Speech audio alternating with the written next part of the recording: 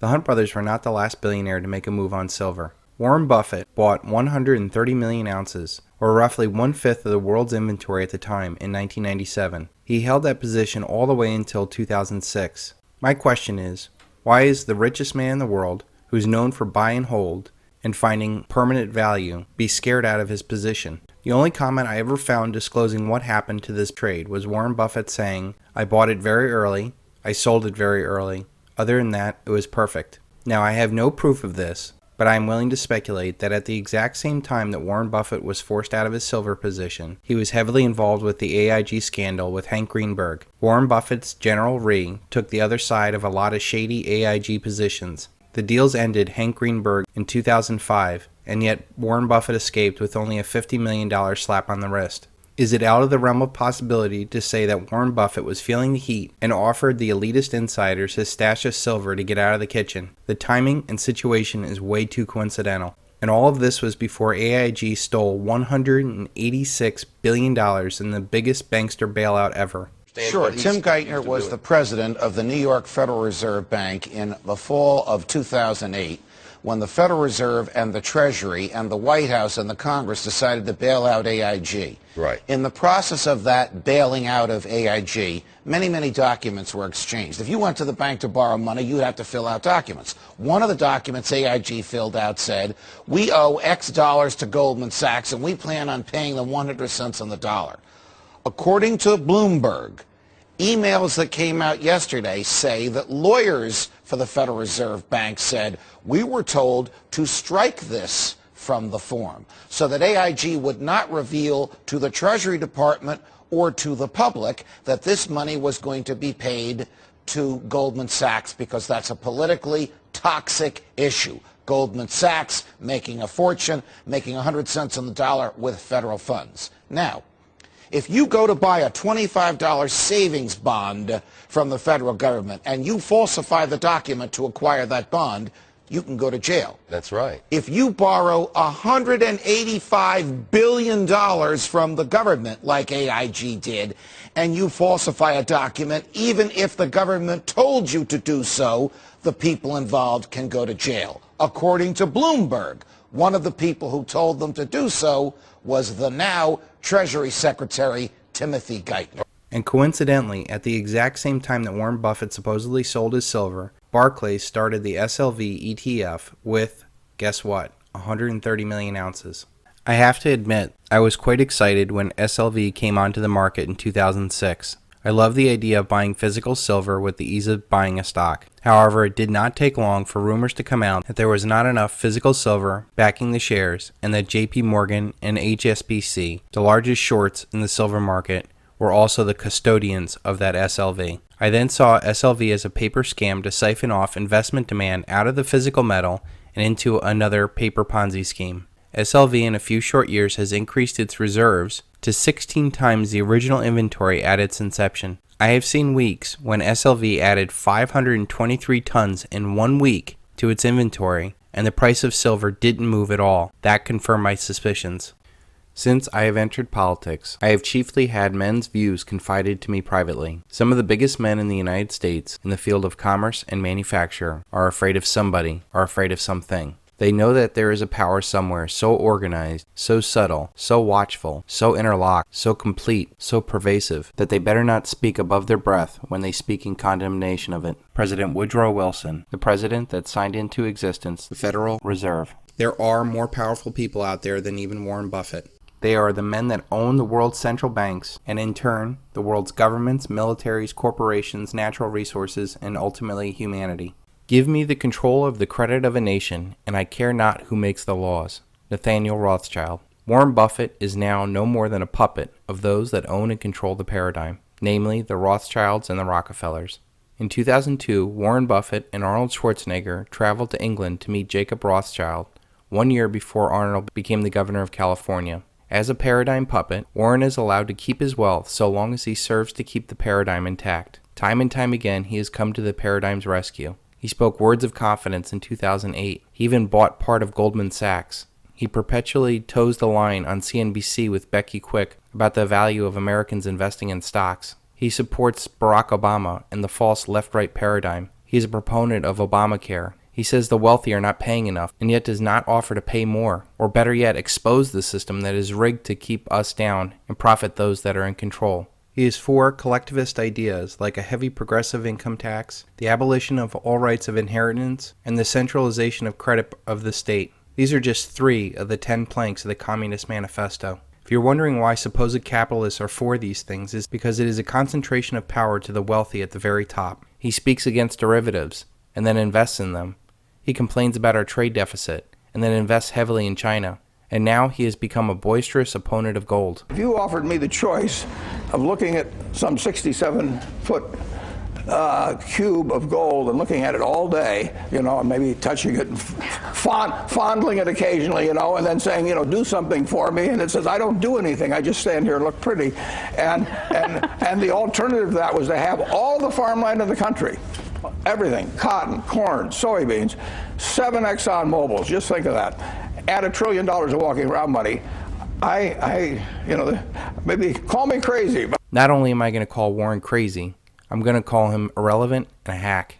All of those things Warren owns, or says he would rather own than gold, only have value so long as the paper paradigm that he whores for functions.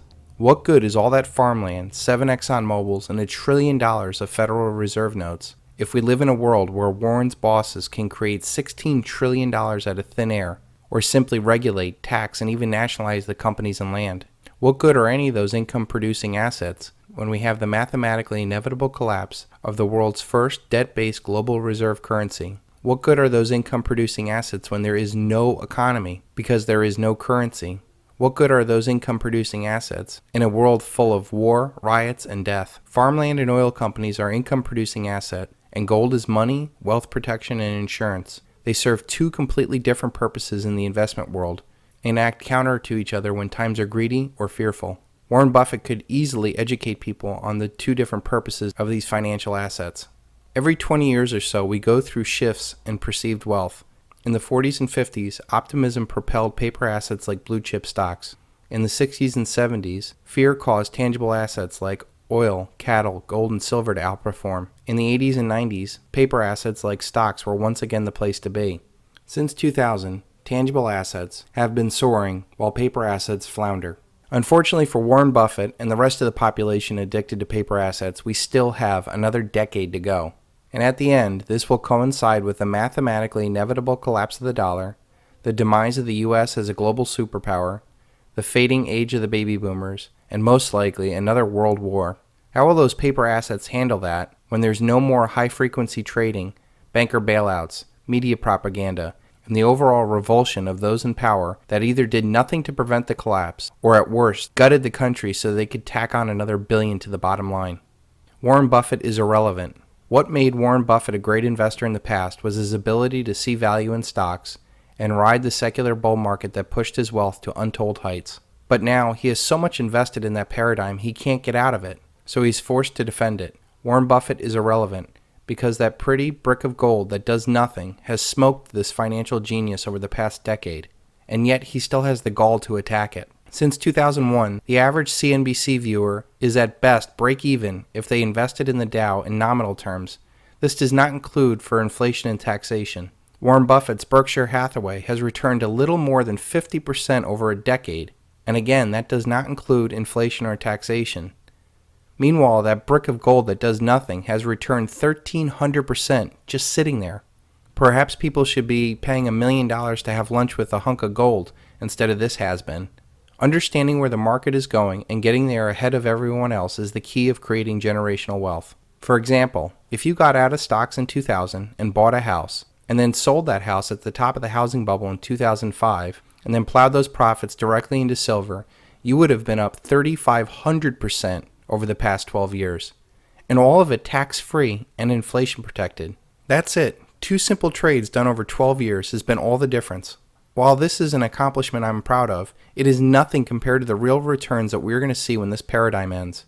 With the mathematically inevitable collapse of the dollar, all paper assets will be rendered worthless as people learn the true meaning of counterparty risk. Only things that have real tangible value will have the means of protecting wealth, and nothing shines brighter than silver. In fact, it took 17,000 ounces of silver to buy 1 share of Berkshire Hathaway in 2001. Now it is 3,200 ounces. That is a dramatic loss in real purchasing power if you held your wealth in Berkshire Hathaway. And silver has not even started to get moving yet. And despite gold outperforming Warren Buffett over this past decade, he still comes out and says, it gets dug out of Africa or someplace, we melt it down, we dig a hole, we bury it again, and we pay people to stand around guarding it. It has no utility. Anyone watching it from Mars would be scratching their head. Warren Buffett is a hack. He could be telling the truth about how the world works and use his fame to help millions to avoid the single largest event in human history. He could explain to the masses what role gold plays in economics and liberty. But no, he sings songs lulling people back into complacency while the masses are led into generational slaughterhouse. He should be warning the world of what is coming and the dramatic impact of the mathematically inevitable collapse of the dollar will have on humanity. He could help millions into financial lifeboats like tangible assets with this fame. But no, he continues to pay lip service to a paradigm that only benefits those at the top, while the rest of the world continues to struggle with inflation, crony capitalism, banker bailouts, never-ending war, massive malinvestment, and outright fraud. When we see the final collapse of this paradigm, history will come down very hard on those that should have known better or participated in the collapse. Now you may think that I'm being hard on the old man, but I know he knows better. How do I know this? Look at the writings of his father, Congressman Howard Buffett. I will not take time to review the history of paper money experiments. So far as I can discover, paper money systems have always wound up with collapse and economic chaos. One of the first moves by Lenin, Mussolini, and Hitler was to outlaw individual ownership of gold. You begin to sense that there may be some connection between money, redeemable in gold, and a rare prize known as human liberty. I warn you that politicians of both parties will oppose the restoration of gold, although they may outwardly seemingly favor it, unless you are willing to surrender your children, your country to galloping inflation, war, and slavery, then this cause demands your support. For if human liberty is to survive in America, we must win the battle to restore honest money. There is no more important challenge facing us than that issue, the restoration of your freedom to secure gold in exchange for the fruits of your labor. In the end, Warren Buffett is a high-paid hack. He is simply bought and paid for like all the other major players in economics, politics, media, academia, military, and medicine. They are all either actively or passively supporting a paradigm and selling the illusion that gives them incredible power. Rare is the man who is given the keys to the kingdom and walks away. Apparently, even the brightest minds entrenched in the liberty movement can be corrupted. In absence of the gold standard, there is no way to protect savings from confiscation through inflation. There is no safe store of value. For if there were, the government would have to make its holding illegal, as it has done in the case of gold. If everyone decided, for example, to convert their entire bank deposits to silver or copper or any other good, and thereafter declined to accept checks as payment for goods, bank deposits would lose their purchasing power, and the government-created bank credit would be worthless as a claim on those goods. The financial policy of the welfare state requires that there be no way for owners of wealth to protect themselves. This is the shabby secret of the welfare statist tirades against gold. Deficit spending is simply a scheme of confiscation of wealth. Gold stands in the way of this insidious process. It stands as a protector of property rights. If one grasps this, one has no difficulty in understanding the statist antagonism towards gold. That was written by none other than the most powerful central banker of our time, Alan Greenspan. You see, Alan Greenspan mentored under the libertarian guru Ayn Rand, who wrote classic novels like Fountainhead and Atlas Shrugged. And yet, as time went on, he sold his convictions short so that he could gain more and more power and further enslave humanity with debt. Men like Alan Greenspan and Warren Buffett could do so much to bring economic sanity and human freedom to the world. They are old and really have nothing left to lose. Their words would cut like a knife through the paradigm that spreads debt and death throughout the world. But they continue to perpetuate the lie and smile at us while they do it. I am left to ask the question, who is worse, the criminals or the men that enable the criminals? History will decide.